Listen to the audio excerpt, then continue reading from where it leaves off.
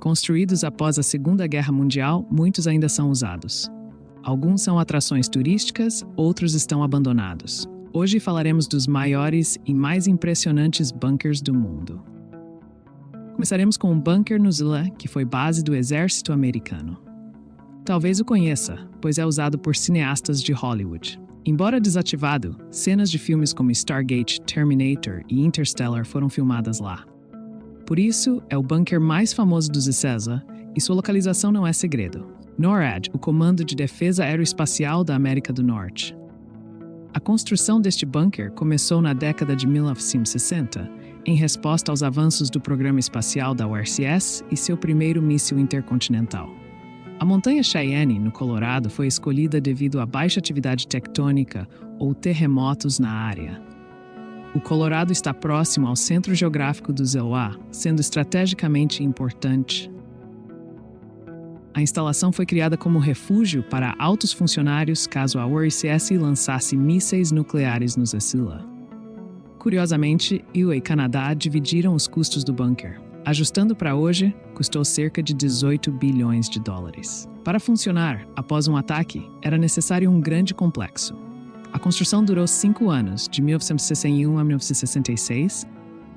Do cume do Monte Cheyenne até a abóbada do bunker, a rocha tem 610 metros de espessura, tornando-a resistente a ataques nucleares. O bunker possui 3 túneis longitudinais principais, com 180 metros de comprimento, 20 metros de largura e 15 metros de altura. Eles se cruzam com 4 túneis transversais, cada um com 100 metros de comprimento, 17 metros de largura e 10 metros de altura. Dentro da montanha, há 15 estruturas de aço. 12 desses edifícios têm 3 andares e os outros são de um andar. Ligações flexíveis especiais conectam esses edifícios por túneis. Cada um está montado em molas projetadas para protegê-los de ondas de choque. As molas têm 1 milímetro de altura e 600 milímetros de diâmetro. São 319, cada uma pesando 450 quilos. A cavidade sob um dos edifícios que supervisiona está protegida por uma cúpula de concreto armado, para maior proteção contra o afundamento de rochas. O betão armado da cúpula tem espessura de 1,130 metros. O acesso à unidade é por portas especiais duplas, separadas por uma câmara de ar que absorve ondas de choque. Cada porta pesa 25 toneladas e fecha automaticamente em 20 segundos, ou manualmente em 40 segundos. Um túnel curvo de 1,5 km conecta a entrada da montanha ao bunker. Este túnel deve reduzir a energia da onda de choque. A força da explosão foi estimada em até 30 megatoneladas. Antes, a maioria dos edifícios tinha equipamento de monitoramento espacial e aéreo para alertar sobre ataques de mísseis.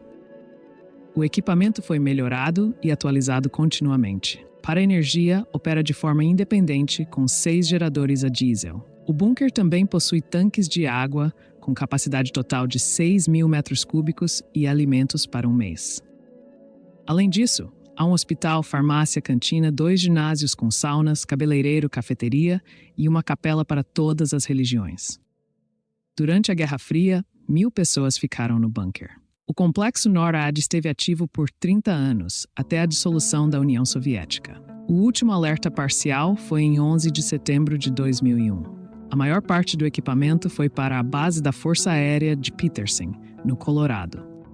70% do complexo está desativado, com apenas 350 pessoas a ocupar os restantes 30%. Quando se fala dos maiores e mais fiáveis bunkers do mundo, a Suíça tem de ser mencionada. A Suíça não é apenas um belo país nas montanhas, mas também um dos mais fortificados do mundo, com muitos bunkers e abrigos. Atualmente existem 365 bunkers zero, mantidos segundo elevados padrões, que abrigam mais de 8 milhões de pessoas. A construção e manutenção custaram mais de 13 mil milhões de dólares, desde 1962. Perto de Lucerna, na Suíça Central, no início dos anos 70, havia planos para um túnel na autoestrada A2, ligando Chiasso a Basileia. Este túnel, com 1.550 metros, chamou a atenção das autoridades locais. Elas procuravam criar um novo abrigo nuclear para a cidade. O túnel sob a montanha parecia ideal para essa instalação. Para evitar atrasos, os planos de abrigo foram apressados. No entanto, isso se mostrou um grande erro. A construção do túnel e do abrigo começou em 1971 e terminou em 26 de outubro. Além dos 2 túneis paralelos por direção, foi construído um centro de comando no meio. As entradas do túnel tinham portões pesados de 350 toneladas e 1,5 metro de espessura, suportando explosões de até 1 milhão de toneladas a 1 quilômetro. O abrigo podia acomodar 20 mil pessoas em ambos os túneis, com beliches em 64 seções. O centro de comando de 3 andares entre os túneis tinha alojamentos, um hospital com 336 camas, um centro de detenção para 250 prisioneiros, cozinhas e áreas para 700 pessoas, além de uma central telefônica e armazéns. Lembrem-se que os refugiados aqui deviam ser autossuficientes durante a evacuação, pois a cozinha e os armazéns eram só para o pessoal. Ademais, o abastecimento de água do abrigo era restrito, durando só 2 semanas por causa do tráfego no túnel.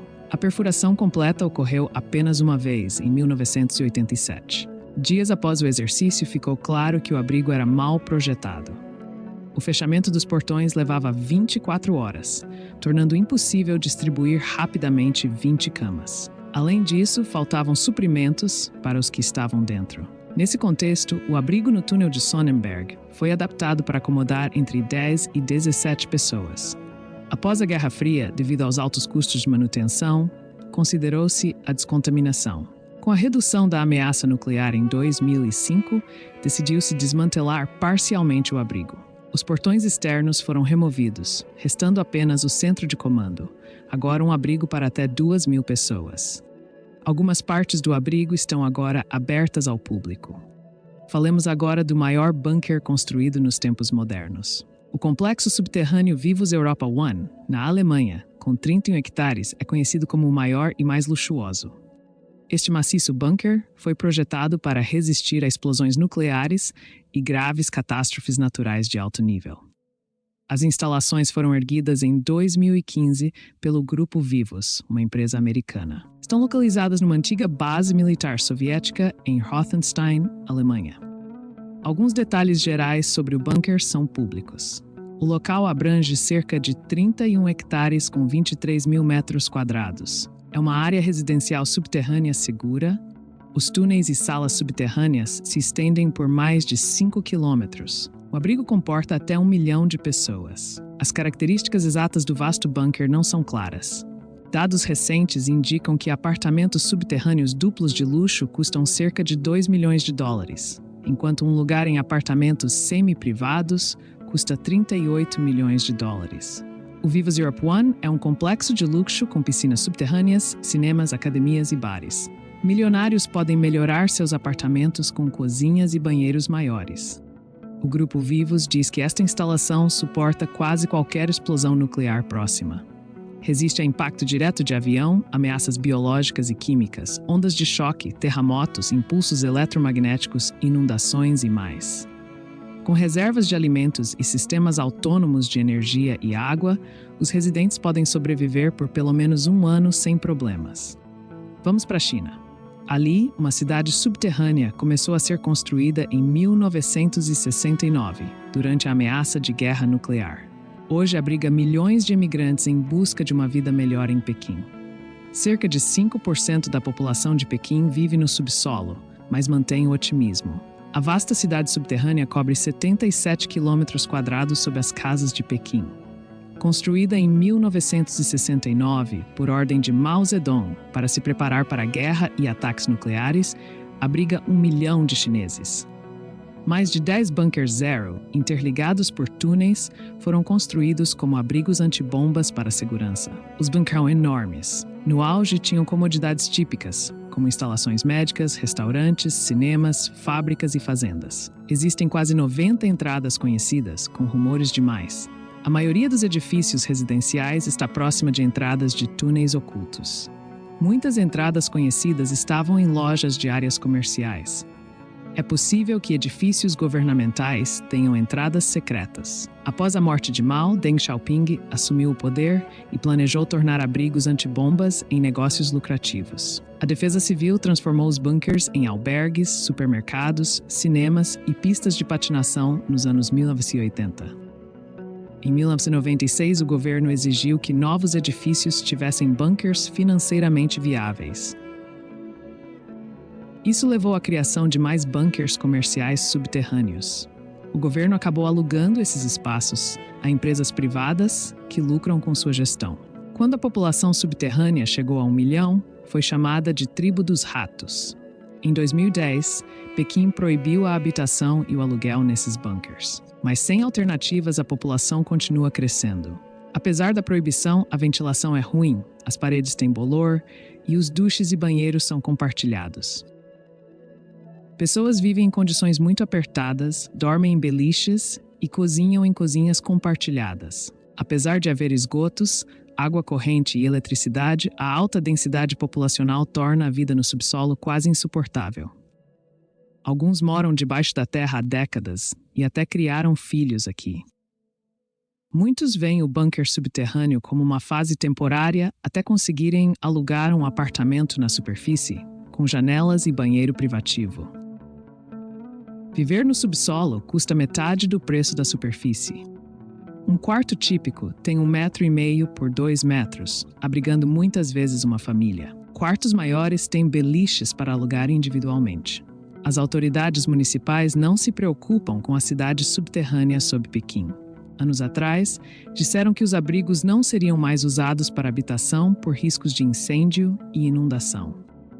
Além disso, a Tribo dos Ratos prejudica a imagem de Pequim como cidade moderna. Ainda não encontraram solução. Por hoje é tudo. Curtam, inscrevam-se e até breve.